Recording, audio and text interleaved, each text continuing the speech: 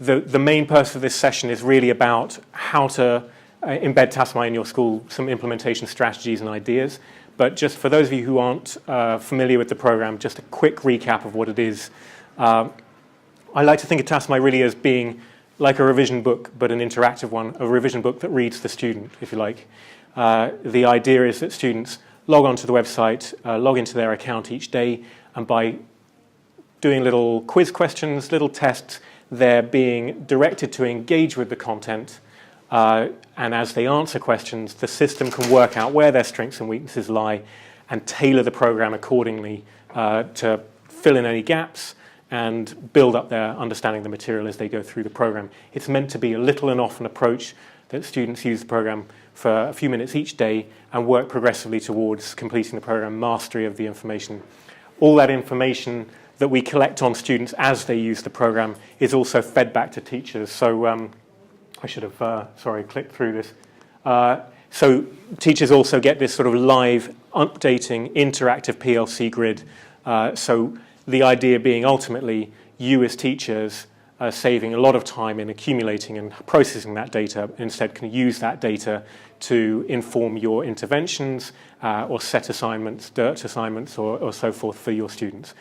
So the idea in everything we're doing is trying to raise the standards of students' understanding of material and save you as teachers a great deal of time so that you can put that attention back into intervention on those students.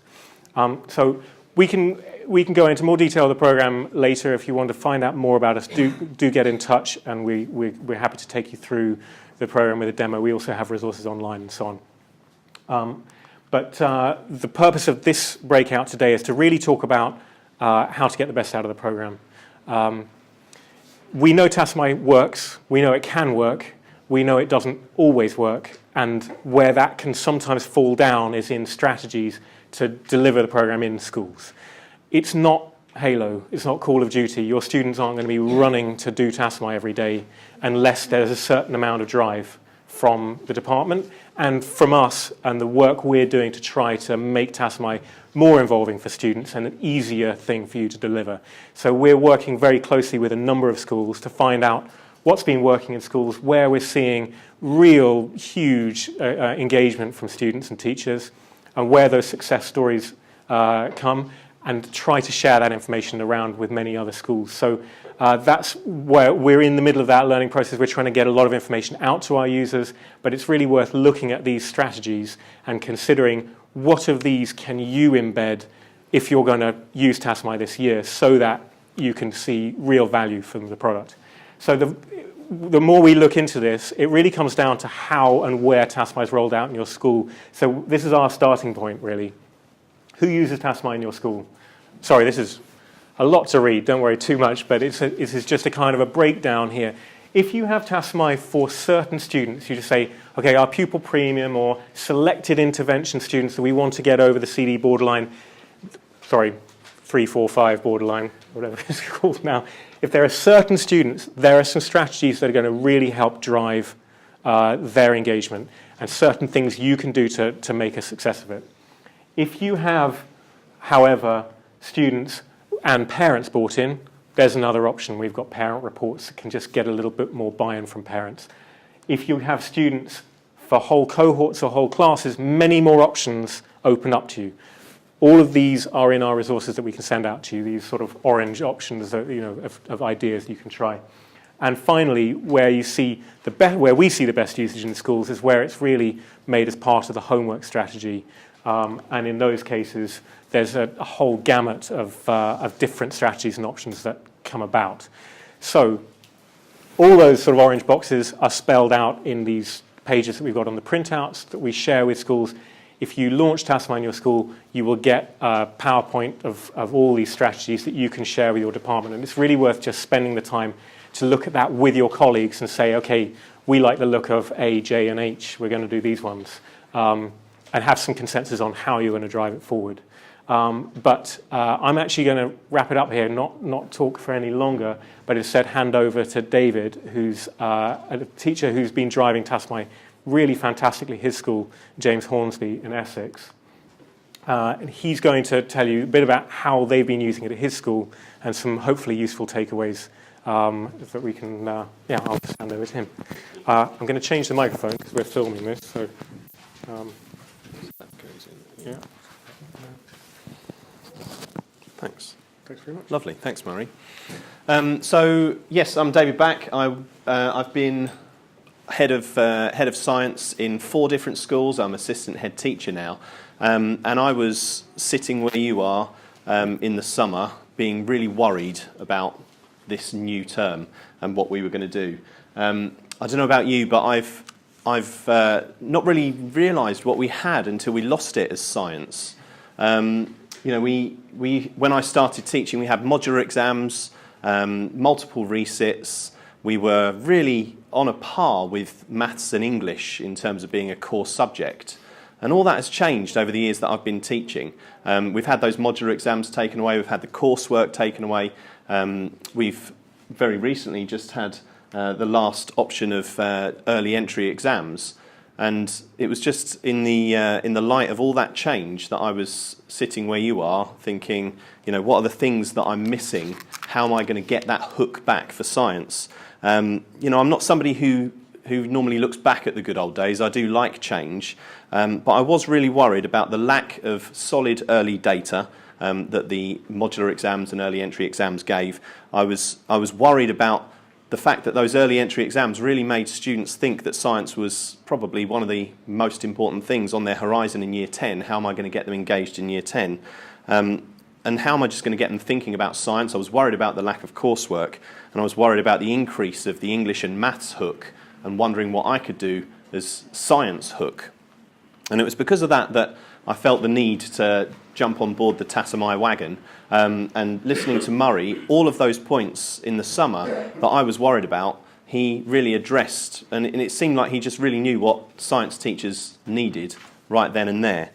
So that's where I was, and so I went back and I tried to convince SLT that this is what we needed. I was convinced, for me, that this would answer the questions about early data, this would answer the questions about how to hook the students in, and I needed to convince the SLT. Now, that didn't take much doing. I was really worried that I wouldn't be able to convince them to buy into this for our students, but they were already concerned about the basket 2 subjects and realising that science could really benefit that. They were concerned about the removal of coursework in science as well. And so it wasn't a difficult conversation. James Hornsby is also in Basildon. It's a school with a high proportion of pupil premium pupils. We've actually recently been invited to lead on a pilot by the Department for Education because we got such good progress for our pupil premium students. So we're quite rich on the research there. And Tassomai ticks lots of boxes for pupil premium pupils. It does, you know, it's low risk questions with instant feedback, and that's, you know, those are 2 things that really push the pupil premiums forward. For girls, if girls are not attaining in your school, it sort of gives them the confidence because they are low risk questions. With boys, you can really pull out the competition factor as well. So all of that was high on the agenda, and so it was okay going into the SLT discussion and convincing them. And so the next step was implementing it with the students. So all of that happened before the summer, the conversation, the buy-in to Tassomai, and I knew that I was coming back in September ready to start launching this thing. So I organised for having the year group, half a year group at a time off the timetable in the sports hall. I did that, you know, just when they were on the science timetable, and I launched it with them, and I really cheesed it up. That whole thing about those of you who are already in the Tassomai gang, you know, a little every day keeps the red wheel at bay. I tried to just mention that as many times as I could, and the students were groaning by about halfway through with the repetition of, yes, a little every day keeps the red wheel at bay. But it's that sort of thing, isn't it, that really brings it to life with the students, and that's where the cheese factor began, I suppose. The launch materials that Tassomai send through are fantastic. They're really good. The data that it has convinces the students that it's there and it's going to work. 95% of students in 2016 getting their A star to C grade if they've used Tassomai well. So that's a real buy-in factor for them, and I think that really worked for many of them. So it was about half the lessons spent with me doing an assembly with those students, and then back to classrooms or IT rooms with either booked out laptops or iPads or back into an IT suite. We also allowed students, which we don't normally do, to get out their phones in classes, and they were quite engaged by that and enjoyed that they were able to do that. But this really was a one-off for us. We don't use Tassomai in classrooms. It is a homework, a compulsory homework that we set. But this one-off launch gave them the confidence to log in, ask any questions, see how it worked, get some support from the teachers if they needed any. So that was the big launch. They really enjoyed it. And then it was making it really happen, making it really stick. So I really played on this cheese factor, this a little every day keeps the red wheel at bay thing, and we really hyped that up. We built the competition in class. The SLT walking around in common areas were seeing children on their phones and saying, what the heck are you doing? There's 3 of you sitting there. Are you texting each other rather than talking to each other? And they sort of show them their phone and say that they were on Tassomai. So Tassomai and science became really big around the school. The head went into the library and saw students on their phones and was very cross at them for being in the library on their phones, but they explained that they were doing their Tassomai homework, and he was quite convinced that that was indeed what they were doing. I had an email from the head of maths saying, can you stop being so diligent at following up the homework for Tassomai, please? Because they're doing your Tassomai revision to the exclusion of every other revision. I replied, LOL. I'm not going to complain about the fact that my students are now revising for science and doing the homework for science, because, it's your job to do the next step for your subject. And I'm keeping quiet the fact that they can actually access maths on Tassomai as well, can't they? So I'm not telling them anything about that. So I also found out that there's a black market for doing Tassomai. I knew that I'd sort of made it work in the school when I found out that students could pay other students to do their Tassomai homework for them. Now, how on earth do I get to the bottom of who's doing that? I don't know. But actually, at some point, they're going to run out of money and have to do their own, I guess. Or, at least that student who's doing double the value of Tassomai homework is getting twice the revision and getting paid for it as well. So good on them. The detentions, they do take some doing, but they're not as arduous as you might think. It makes it very easy using the Tassomai data to see whatever criteria you want to use for the detentions setting. So I've gone by, initially it was just if they had red or orange, then they would be in a detention. I've now moved the goalposts a little bit so that the teachers now have to get a bit more involved in the data, because we found that students were doing a huge pile of Tassomai questions before the day that they knew that their teacher was checking, and they weren't developing a really good habit. So now the teacher looks at their wheels, their Tassomai wheels, to see if they're performing in the blue, green, orange, red sections. And if they're not doing as well as they should be doing, then they will interrogate that data further and see if they've got a good habit. If they're actually keeping it blue and green by doing 350 questions in one night, which some of them do, then they'll actually still be back in detention because they haven't developed the habit that they need. These low-risk questions, they reach a saturation point with the feedback that they can take from them if they're doing far too many in a go. I actually do Tassomai myself. That was one of the things that brought these memes about. There was our head boy in year 11. He said, you should do some memes, sir. You should do some memes and publicise it that way. He obviously realised my love of cheese. And so he gave a do you Tassomai bra meme to me, which is apparently something that's out there. I've not heard of that. But I investigated that further and did some memes for this. The excuses that the students come out with, I sort of just pulled those along to a meme website and just chucked them all in there. So that Batman one gets a lot of kudos because the student comes in and just says, oh, well, you can't give me a detention. It was blue and green when I last did it. And you do feel like just giving them that clip over and saying, it's a little every day, keeps the red wheel at bay. But, by doing Tassomai myself, I'm able to show the students that it really does only take 15 or 20 minutes to keep that habit going. And if you're doing that 15 or 20 minutes, actually it's really helped me out with knowing exactly what's on the new curriculum as well, and the knowledge, especially on the, my memory for the physics equations is I'm pulling up on that now. It's one of my weaker areas on my Tassomai, and they love that too. We've got Tassomai rewards, as well as the, these are spread around all over the department. People get to choose the meme that they have in their classroom. But we've got a Tassomai board where I put up the students who have answered the most questions in a week, the students who have completed the greatest percentage of the course so far, and things like that. They get rewards. We instigated a Tassimo for Tassomai, where we've sort of just embraced the fact that Tassomai sounds like the Tassimo machines that you can get, and we've just got a hot chocolate for the students and the coffee for the staff in the science prep room, and we give out to the students who make it onto the rewards board, we give out a Tassimo for their Tassomai excitement. So they've really enjoyed that. We've had to pull the plug on that, literally, because there was a bit of a tussle with the site maintenance man who said that it hasn't been pack tested. How can you use that? It's not been, it's not gone through the compulsory testing. We need to get that checked for you. And I said, well, it's brand new. It's probably safe. But the students are demanding their Tassimos for Tassomai now, whilst it's on hold. So we're saying, don't worry, we're keeping a check of how many people there are that still deserve these. And of course, they, as well as doing the Tassimo for Tassomai, we also do rewards points just along with the school normal rewards and sanctions programme.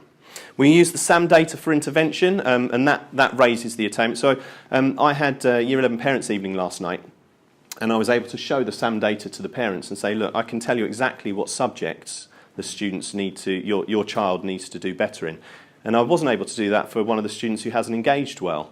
And that's going to make their parent go home and get them better engaged now as well. The parent said, oh, well, they're going to be doing that now. Because I said, look, I can see for this child, they've answered this many questions on this subject and they're still getting it wrong. So I think getting parents engaged is really important. And I think I need to speak to somebody actually about getting that letter, because there's a letter apparently that goes out to the parents to say that they can then check their own children to make sure that they are keeping up on track. So all of that really has answered all of my concerns, all of my questions. We now get early solid data. That SAM data is really useful. We use it for intervention. We get the students in, and those circles that you saw on the screen, for those of you who don't know what I'm talking about, those circles on the screen before show how well a student is doing in a particular subject. So we used it for the report writing when we were doing that, so they had to have 2 specific targets for their reports. Get on the SAM data, 2 specific targets. We used it in conversations with Year 11 parents. We're using it for intervention as well. And although the exam data is still, the information that they're coming through with from the exam board, still a little bit worried about the veracity of that and how good that is. But the initial analysis on the SAM data does link well with our PPE data from our November PPEs that we just did. So it does show that the students who are using Tassomai well, we are able to say, yes, they will do well in that physics section, no, they won't do well in that chemistry section with quite a lot of confidence now. We've managed to get over 1 million questions from both our Year 10 and 11s since September. Now we've got 340 students in Year 10 and 11, so just, a phenomenal number of questions that the students are accessing. And what I found is that the Year 10s have really bought into it, almost better than the Year 11s. And that's something that I didn't think I'd be able to get happening. I'm really worried, obviously, about terminal exams. Year 10s, how do you get them to start revising early? Well, Tassomai's really worked for our cohort, and I'm sure it could for yours as well. And I love the fact that we've got a hook for science that's bringing us back on the level with English and maths, especially when the head of maths complains about it.